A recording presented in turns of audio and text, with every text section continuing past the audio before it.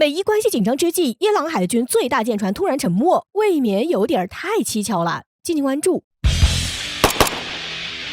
据环球网援引美联社最新消息报道，近日伊朗海军最大船舰哈尔格号支援舰在阿曼湾突发火灾，随后便沉没。目前具体情况还未查明。火灾发生后，火势迅速蔓延整艘舰船，消防员立即出动，试图将火势控制，但最终还是没能将大火熄灭。最终在位于靠近霍尔木兹海峡的阿曼湾沉没。随后，通过追踪火灾的卫星发现，哈尔格号是从贾斯克港的西部起航的。而在哈尔格号发生火灾之前，贾斯克港附近也发生过火灾，这一现象便让这件事情变得紧张了起来。据报道，哈尔格号是由英国制造，1984年加入伊朗海军使用，是伊朗用来在海上为其他舰艇进行补给的大型舰船。这艘舰船能够搭载大量的货物和物资，以被伊朗海军在海上其他舰艇和直升机使用。到目前为止，伊朗官员没有说明哈尔格号起火的真正原因，但这个时间点却着实不凑巧。发生火灾的前一天，伊朗就派军舰为委内瑞拉运送导弹艇和物资进行援助。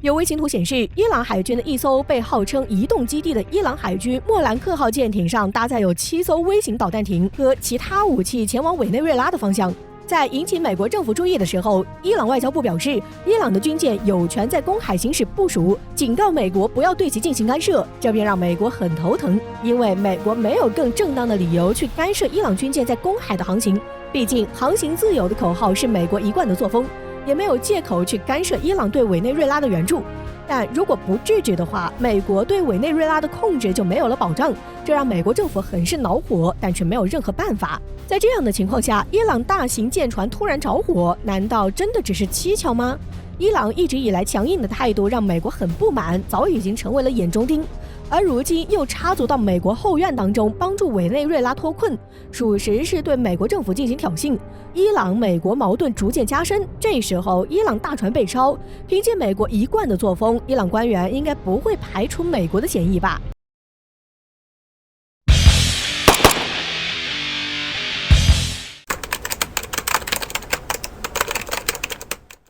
美国监听欧洲盟友引发众怒，意大利率先宣布解禁华为，开始使用华为5G 设备，华为将重返欧洲市场，欧洲各国或将纷纷效仿。近日，美国在欧洲被监听事件弄得焦头烂额。据丹麦媒体爆料，美国情报部门利用建立在丹麦的数据中心，对包括德国总理默克尔在内的欧洲多国领导人实施长时间的监听。事件爆出来以后，欧洲多国感到非常愤怒。法国总统马克龙表示，这种事件是无法接受的。法国正在和白宫进行对话，需要白宫给出一个合理的解释。而德国总理默克尔已经是第2次发现被美国监听了。他表示，他强烈支持法国总统要求美国必须给欧洲一个说法。此外，瑞典和挪威领导人也表达了同样的不满。美国窃听欧洲造成的影响还在继续，各国政要对美国参与欧洲通信设备产生了巨大的怀疑。意大利政府率先做出了相应的动作，宣布解禁华为。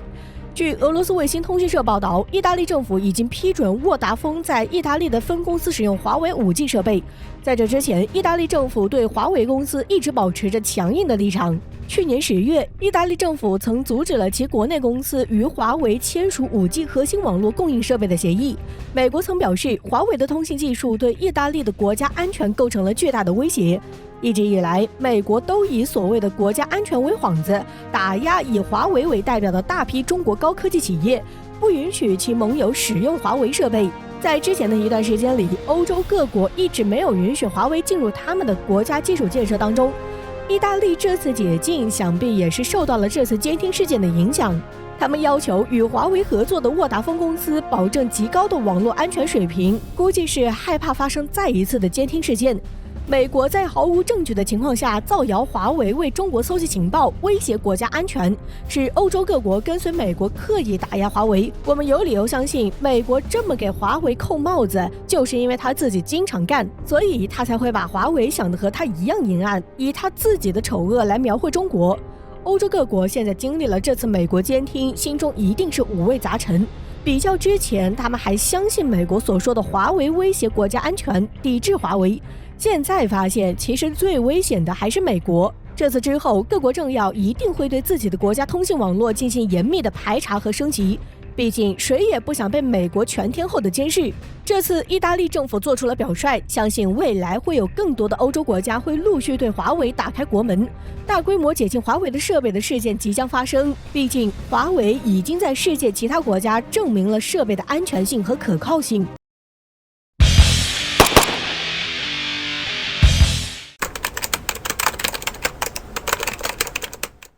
中美刚贸易正常沟通，拜登转身就发疯，只因为中国不让步。同一天，俄财长指点美国死穴。敬请关注本期节目。近期，中美全面经济对话中方牵头人刘鹤分别同美国贸易代表戴奇和财长耶伦视频通话，声明表示双方沟通开局顺畅，中美经贸领域的正常沟通。然而第二天，美国就翻脸了。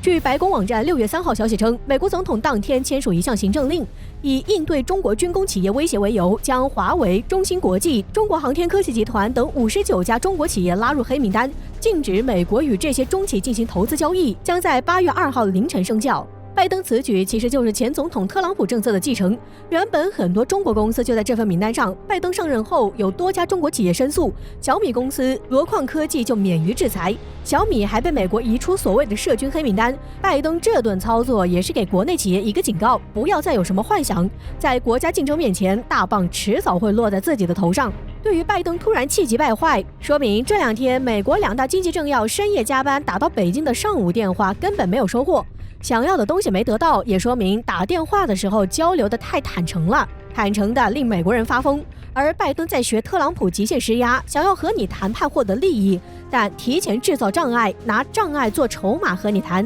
这就是美国的如意算盘。可惜中国不吃这一套，并没有让步。而美国期望和中国贸易缓和，是中国停止人民币升值，维持美元购买力，继续向美国大量出口中低端生产生活必需品，降低美国中低阶层生存成本，帮助其解决通胀问题，并且最好再大量购买美国国债，拉低美债收益率，维持美元强势。以前美国在国际货币金融是绝对霸权，掌握国际货币体系主要话语权，这就是美国财富收割基础。但现在美元虽然还占主导地位，但已经失去绝对优势，并且有更多货币开始崭露头角，各国也开始纷纷去美元化。在这背景下，在同一天，俄财长动作指点美国死穴。俄罗斯财政部长谢鲁安诺夫公开表态，俄罗斯财政部将在1个月内改变国家财富基金的结构，其中美元的份额直接减到0，并加大投资欧元和人民币黄金资产替代，打击美元霸权。普京似乎正在酝酿干大事儿。与此同时，中国也大批抛售美债，加速去美元化，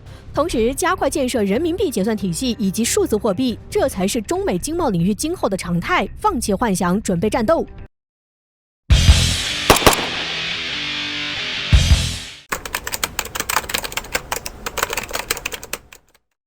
美国专家为什么认为美国不应该和中国采取军事对抗？当下美国高官对中国是什么态度？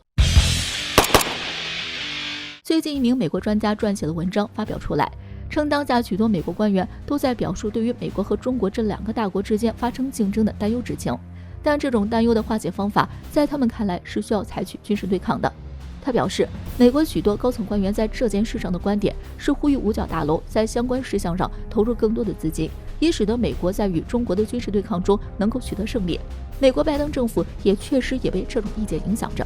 在美国国防部长的任命听证会上，美国国防部长就再一次讲起了所谓的中国威胁论，明确表示中国的崛起对于美国来说是具有极大危险的，中国是美国军方最需要面对的决定性威胁。但是文章的作者也指出，美国采取的做法其实也不是完全的对抗行为，与他们常宣称的论调存在一定矛盾。美国国防部副部长就对中国在经济、外交和军事领域的成就予以了肯定。虽然他也提出中国的发展壮大是对国际秩序的挑战，但是仍然敦促美国和中国进行沟通交流。